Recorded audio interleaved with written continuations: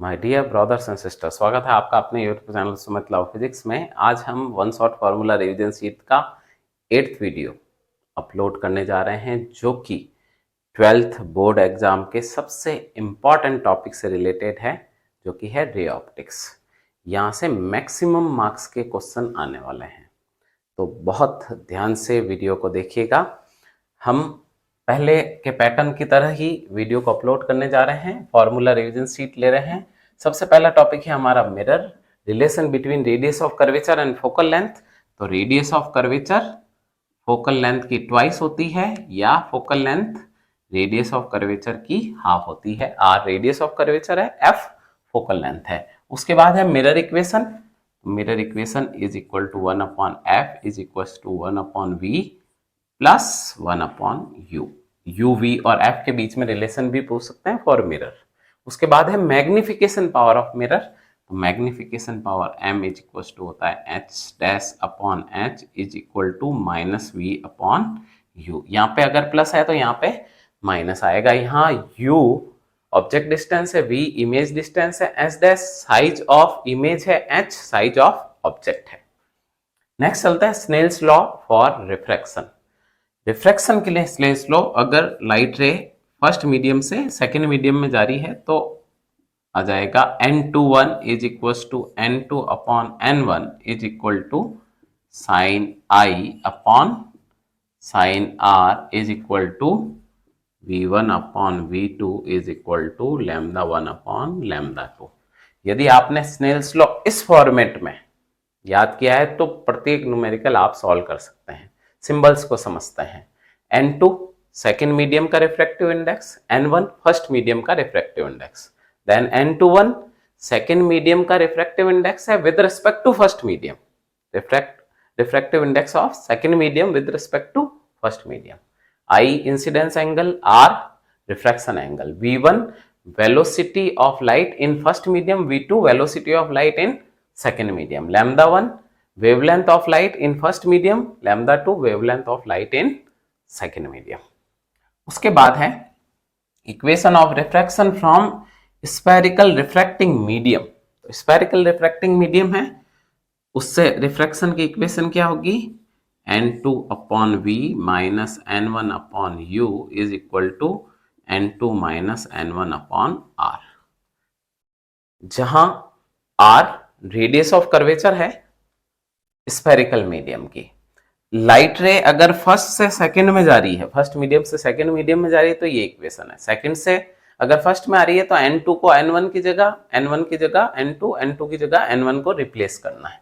उसके बाद में लेंस इक्वेशन, या लेंस के लिए u v f के बीच में रिलेशन, तो वो होता है 1 upon F is equal to 1 upon V minus 1 upon you.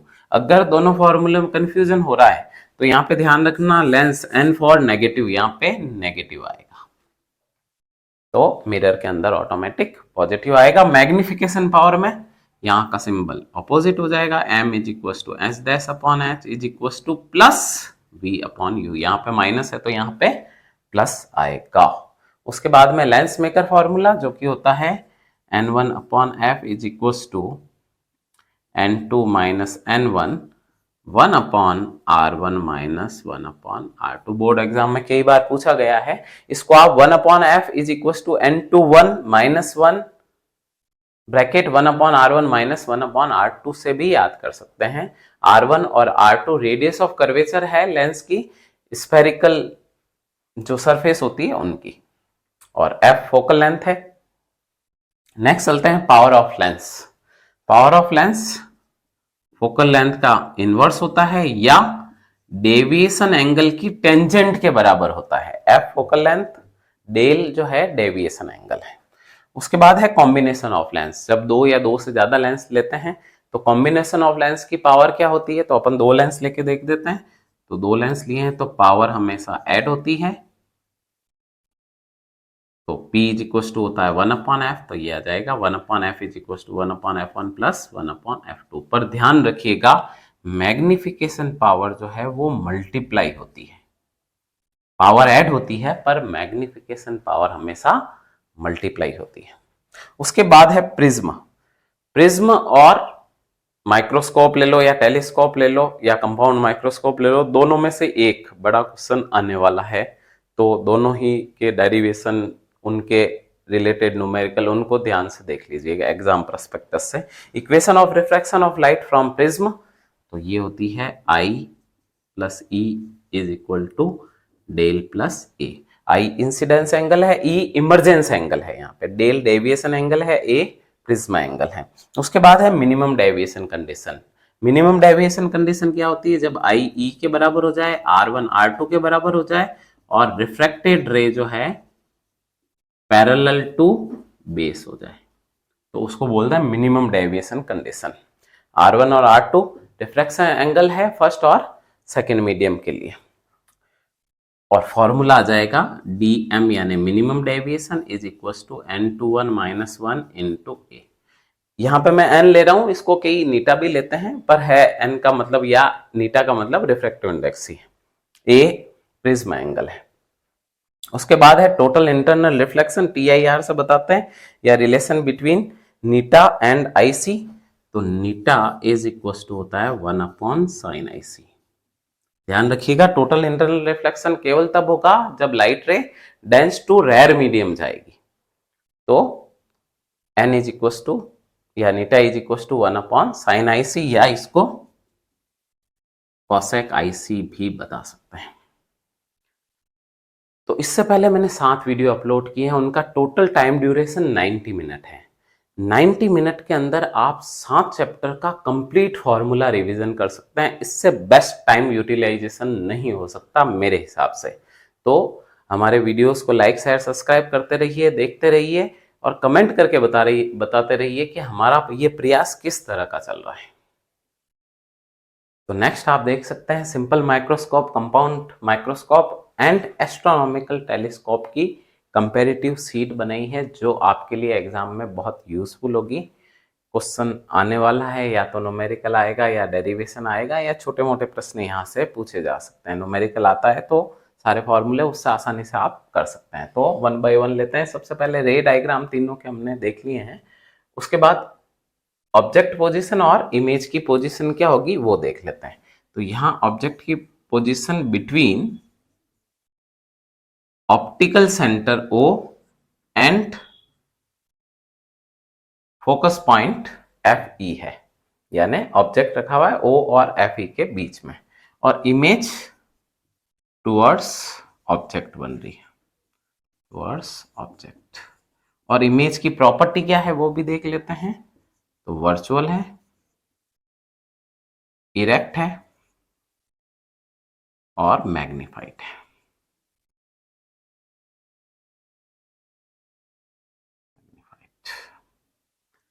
Simple microscope एक कम फोकल लेंथ का, लेस फोकल लेंथ का कॉन्वेक्स लेंस होता है, बाकी कुछ भी नहीं है। एंगुलर मैग्निफिकेशन पावर, इसके लिए शॉर्ट वीडियो हम बना चुके हैं। आपको फॉर्मूला याद होगा, दिल्ली यूनिवर्सिटी D/UE, जहां UE ऑब्जेक्ट डिस्टेंस है। उसके बाद है final image is formed on infinity. यदि फाइनल इमेज इंफिनिटी पे है तो UE is equal to FE होगा। फोकस पॉइंट की डेफिनेशन से आप समझ सकते हैं कि यदि ऑब्जेक्ट को फोकस पॉइंट पे रखेंगे तो इमेज इंफिनिटी पे बनेगी। तो UE की जगह रिप्लेस करना है FE, तो M इज इक्वल टू आ जाएगा D/FE।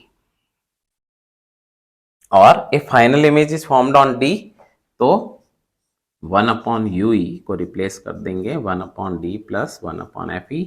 लेंस इक्वेशन से आराम से निकाल सकते हैं। तो M इज इक्वल टू आ जाएगा D 1/D plus 1/FE। 1/UE की जगह 1/D प्लस 1/FE रखा है, तो M इज इक्वल टू आ जाएगा D से D कैंसिल, प्लस D यहाँ पे मल्टीप्लाई होगा D/FE। तो ये दो फॉर्मूले हैं, न्यूमेरिकल आते हैं तो इनसे आसानी से आप कर सकते हैं। उसके बाद में है कंपाउंड माइक्रोस्कोप। कंपाउंड माइक्रोस्कोप में दो लेंस रखे हुए हैं, ऑब्जेक्टिव लेंस और आईपीस लेंस। यहाँ पे आप देख सकते हैं आईपीस लेंस का एपरेचर जो है वो ऑब्जेक्टिव लेंस से बड़ा है। तो ऑब्जेक्ट की पोजीशन कहाँ है? Between FO and 2FO। O का मतलब है ऑब्जेक्टिव लेंस, यानी focal point of objective lens और उसके ट्वाइस के उनके बीच में रखा हुआ है। और इमेज कहाँ बन रही है? इमेज बन रही है towards, final image towards object ही बन रही है। कैसी बन रही है? तो अगेन वर्चुअल बन रही है, इन्वर्टेड बन रही है और वेरी मैग्निफाइड बन रही है। चलिए, मैग्निफिकेशन पावर, जब दो या दो से ज्यादा लेंस लगे हुए तो मैग्निफिकेशन पावर का जस्ट पहले बताया था मल्टीप्लाई होती है।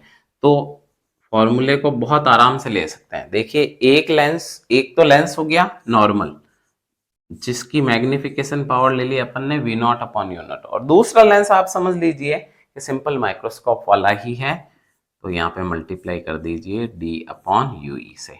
यानी यदि कॉम्बिनेशन लिया है तो मैग्निफिकेशन पावर हमेशा मल्टीप्लाई होगी। आप आसानी से फॉर्मूला याद कर सकते हैं।